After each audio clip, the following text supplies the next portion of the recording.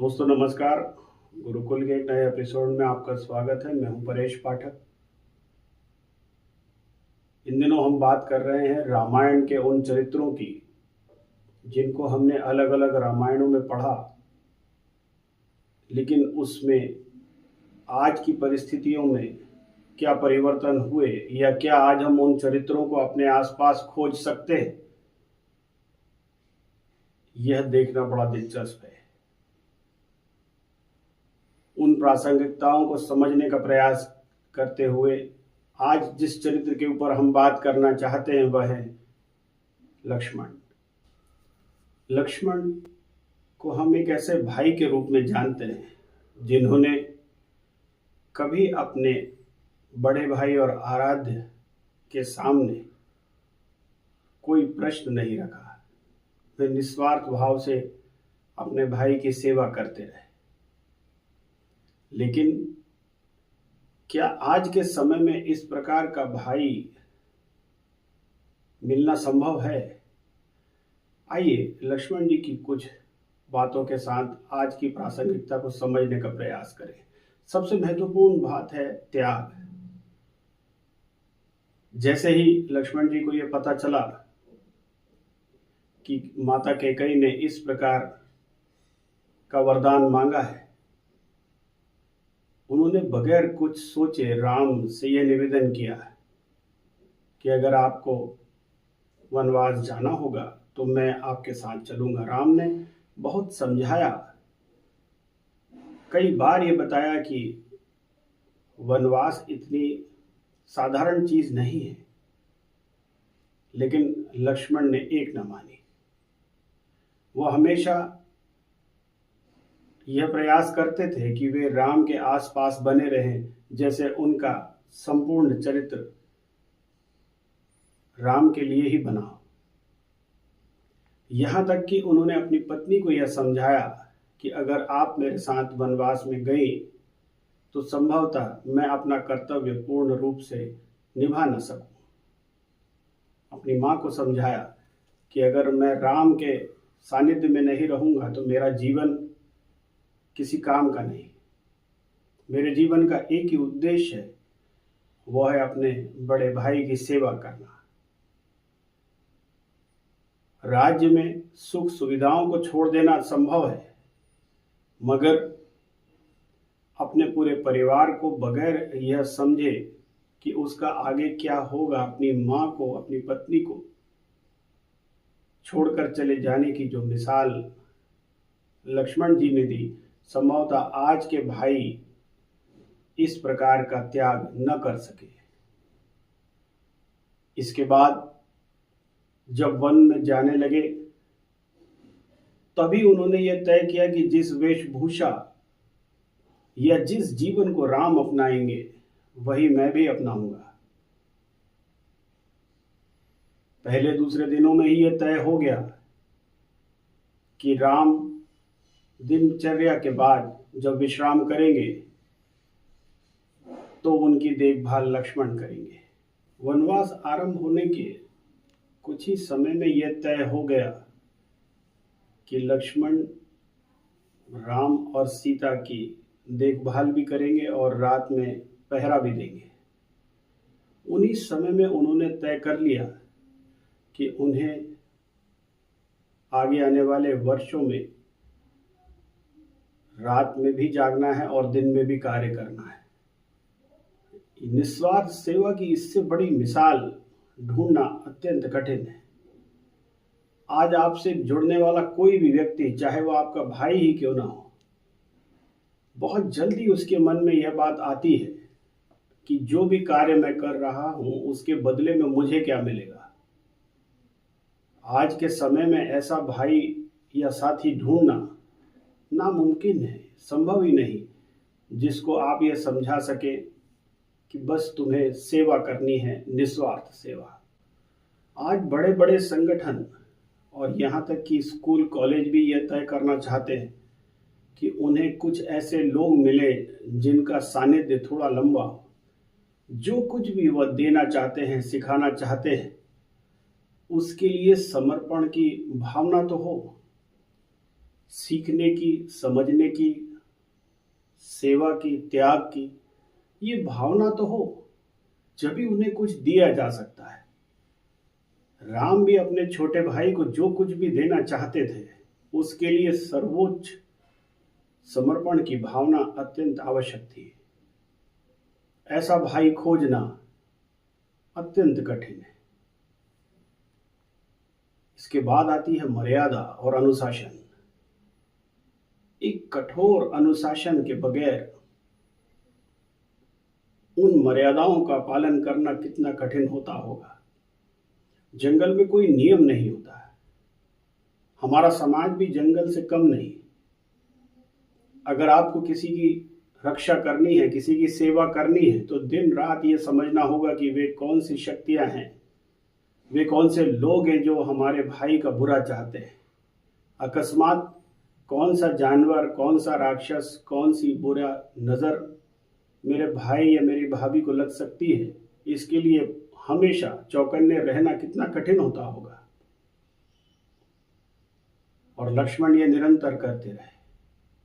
तो वे लोग जो दूसरों की सेवा में लगे हैं, या वे लोग जिन्हें सेवा और समर्पण में लक्ष्मण जैसा बनना है, आज के समय में ढूंढना इसलिए कठिन है कि उन मर्यादाओं में रहकर उस अनुशासन का पालना संभव नहीं लगता। बहुत से लोग हैं जो आज सेवा के क्षेत्र में कार्य कर रहे हैं, उनके मन में भी कभी भी ये बात आ जाती है कि चलो आज जाने देते हैं, एक दिन हम नहीं करेंगे तो क्या होगा, कोई और कर लेगा। और विशेषकर जब बदले में कुछ प्राप्त ना हो रहा हो, तो ये सामान्य है मन में भावना आ जाना कि एक दिन या 2 दिन से क्या ही फर्क पड़ता है। लेकिन निरंतर एक अनुशासन के साथ उस मर्यादा को पालते रहना या उसका पालन करते रहना युगों में ही संभव है। और इसलिए लोग लक्ष्मण को याद करते हैं। लक्ष्मण एक ऐसे व्यक्ति थे जिनके अंदर अपार धैर्य था। धैर्य एक व्यक्ति को महान बनाता है। धैर्य के साथ जब तक आप अपने अंदर जो अच्छाइयां हैं उनके ऊपर चिंतन और मनन नहीं करते और उन परिस्थितियों में निर्णय करने के पहले गंभीरता से सोचते नहीं, तो एक तरफ आप अपनी शक्तियों का दुरुपयोग कर सकते हैं, वहीं दूसरी ओर कई गलतियां कर सकते हैं। और विशेषकर ऐसे समय में जब आप किसी दूसरे की जिम्मेदारी अपने सर पे लेके चलते हो। तो लक्ष्मण की एक बहुत बड़ी विशेषता थी उनका धैर्य। ये बात ठीक है कि वे स्वभाव से कुछ क्रोधी थे। ऐसा लिखा गया कि वे कई बार विचलित हो जाते थे, उद्वेलित हो जाते थे, मगर उसके बावजूद भी अगर उन्होंने समय समय पर धैर्य का साथ छोड़ दिया होता तो संभवतः वे अपना और अपने बड़े भाई राम का नुकसान भी कर सकते थे। आज जो लोग सेवा के क्षेत्र में लगे हैं, अपने बड़े भाइयों के साथ कार्य कर रहे हैं, अक्सर ये देखा गया है कि वे जल्दी धैर्य को छोड़ देते हैं। उनके बड़े भाई बाद में उन्हें समझाने का प्रयास भी करते हैं कि अगर आपने धैर्य से काम लिया होता तो संभवतः एक बड़ी कठिनाई को हम आसानी से सुलझा सकते थे, लेकिन चूंकि आपने धैर्य खो दिया, इसलिए हम उस कठिन घड़ी को बहुत अच्छे से निपटा नहीं पाए। लक्ष्मण एक ऐसे व्यक्ति भी थे जो लगातार संघर्षशील रहे। अपने आप से लड़ना, नींद से लड़ना, भूख से लड़ना, अपने अंदर उड़ने वाली भावनाओं से लड़ना, उन सभी भावनाओं को हमेशा के लिए बंद कर देना जो पत्नी और माँ से संबंधित हो, उन सारे प्रश्नों का उत्तर हमेशा के लिए बंद कर देना जो उनके पिता और उनके भाई के साथ घटा हो, और उसके बाद लगातार संघर्षशील बने रहना। प्रतिदिन एक नया संघर्ष, हर थोड़ी समय बाद एक नया विरोधी सामने आता था। वह राक्षस भी हो सकता था, वह अपना भी हो सकता था। वे तो शबरी के आने पर भी विचलित होते थे, वे केवट का जवाब देने से भी विचलित होते थे, वे विभीषण के आने पर भी परेशान हो जाते थे। क्यों? क्योंकि उन्हें लगता था कि कहीं ऐसा ना हो कि इनमें से कोई भी व्यक्ति जो भले ही अच्छे भाव से आया हुआ दिख रहा है, वह कल मेरे भाई का नुकसान ना करे। एक संघर्षशील व्यक्ति अपने धैर्य से ही यह निर्णय कर सकता है कि उसे कितनी देर तक किसी समस्या का धैर्य से पालन करना है, देखना है और उसके बाद में कोई निर्णय लेना है। निर्णय लेने की क्षमता की कमी नहीं, वीरता की कमी नहीं, और संघर्षशील बने रहकर भी धैर्य धारण करते रहना, यह कोई लक्ष्मण जैसे व्यक्ति की बस की बात है। इन सब के बाद सर्वोपरि है उनका भ्रातृ प्रेम। लगातार इतने वर्षों तक भूखे प्यासे और नींद से रहित रहने के साथ भी जिस व्यक्ति का भ्रातृत्व प्रेम लगातार बना रहे, वह प्रेम की पराकाष्ठा ही हो सकती है। लोग अपने जीवन का उद्देश्य समझते हैं कि मैं अपने जीवन में क्या करता हूं, यह महत्वपूर्ण है। कोई यह नहीं सोचता कि मैं राम नहीं बनूं तो क्या मैं लक्ष्मण बन सकता हूं, या उनकी सेना का कोई वानर बन सकता हूं। हर व्यक्ति चाहता है कि लोग उसे राजा की तरह याद करें, और इसलिए वह निर्णय भी इसी तरह से करता है जैसे वह स्वयं सबसे बड़ा समझदार हो। अपने से बड़ों के लिए अपना सर्वस्व न्यौछावर कर देना और ऐसे प्रेम के बाद एक शब्द भी न बोलना लक्ष्मण से सीखा जा सकता है। इसके साथ में लक्ष्मण ने यह भी तय किया कि किन्हीं परिस्थितियों में वह हर संबंध के साथ एक आदर्श संबंध स्थापित करेंगे। अगर राम का मित्र है तो मेरा मित्र है, राम का भाई है तो मेरा भी भाई है, और राम के काम करने वाले हैं तो मुझे भी उनके साथ उसी तरह सहयोग करना है। कहीं ऐसा नहीं कि मैं अलग हूं। एक घटना ऐसी नहीं बताते उनके पूरे जीवन में जिसमें उन्होंने स्वयं ऐसा कोई निर्णय किया हो जिससे वह राम से अलग होते हो। एक ऐसा भाई, एक ऐसा सहयोग मिलना कितना कठिन है, इसे लक्ष्मण के चरित्र को देखकर समझा जा सकता है। आधुनिक युग में कर्तव्य परायणता और वीरता दोनों का सामंजस्य ढूंढना अत्यंत कठिन है। एक तरफ कर्तव्य है जो पग पग पर ऐसे निर्णयों को लेने के लिए व्यक्ति को बाध्य करते हैं जब उन्हें त्वरित रूप से निर्णय लेना होता है, और वहीं वीरता उन्हें बार बार इस बात के लिए प्रेरित करती है कि वे कोई ऐसा स्वतंत्र निर्णय लें जिससे वे लोगों के सामने एक मिसाल बन सके। इन दोनों के बीच का सामंजस्य स्थापित करना कोई आसान काम नहीं है। लक्ष्मण चाहते तो वे अपने विरोधियों को और अपने शत्रुओं को अकेले ही समाप्त कर सकते थे, मगर इससे उनके चरित्र का निर्माण नहीं होता। कई बार उनका मत राम और सीता से अलग भी होता था, मगर वे अपनी बात कहकर हमेशा शांत हो जाया करते थे। उसके बाद में जो कुछ भी घटा उसे वे नियति के रूप में स्वीकार करते थे और फिर उस पे संघर्ष आरंभ करते थे, यहाँ तक कि वे राम के मारीच के पीछे जाने के लिए भी राम से सहमत नहीं थे। इसके बाद में माता सीता ने जब उन्हें राम की आवाज़ सुनकर जाने के लिए कहा, तब भी वे मना करते रहे। वे जानते थे कि राम इतने वीर हैं कि उन्हें किसी प्रकार की सहायता की आवश्यकता हो ही नहीं सकती।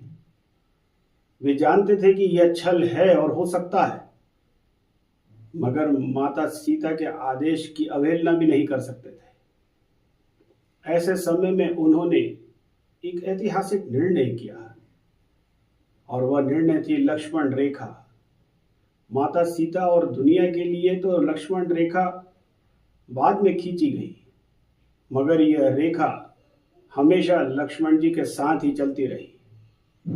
अपने परिवार, अपने जीवन के साथ में वे हर निर्णय के पहले, वे हर समाज के व्यक्ति के साथ किसी भी प्रकार का संवाद करते समय इस लक्ष्मण रेखा के साथ ही चलते थे। उन्हें हमेशा पता होता था कि इसको कब नहीं लांघना है और इसकी मर्यादा का पालन किस प्रकार करना है। उन्होंने बस माता सीता को कहा कि आप कृपया इस रेखा को मत लांघिएगा।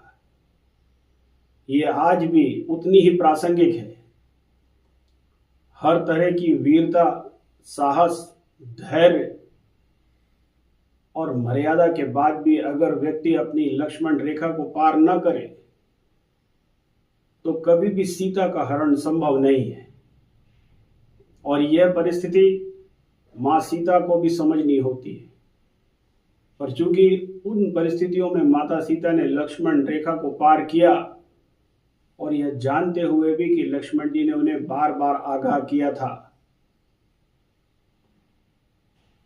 और उसके बाद में क्या हुआ यह रामायण में लिखा हुआ है। आज के समय में हर व्यक्ति चाहता है कि मेरे पास एक ऐसा अनुज हो, एक ऐसा साथी हो जो लक्ष्मण के जैसा हो, उतना ही वीर, साहसी, पराक्रमी, लेकिन मेरी बात को मानने और समझने वाला।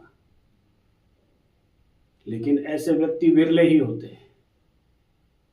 हम हमेशा से ये कहते आए हैं, हर एपिसोड में हम ये बात कहते हैं कि यह तभी संभव है जब आप स्वयं में राम के गुण उत्पन्न कर सके।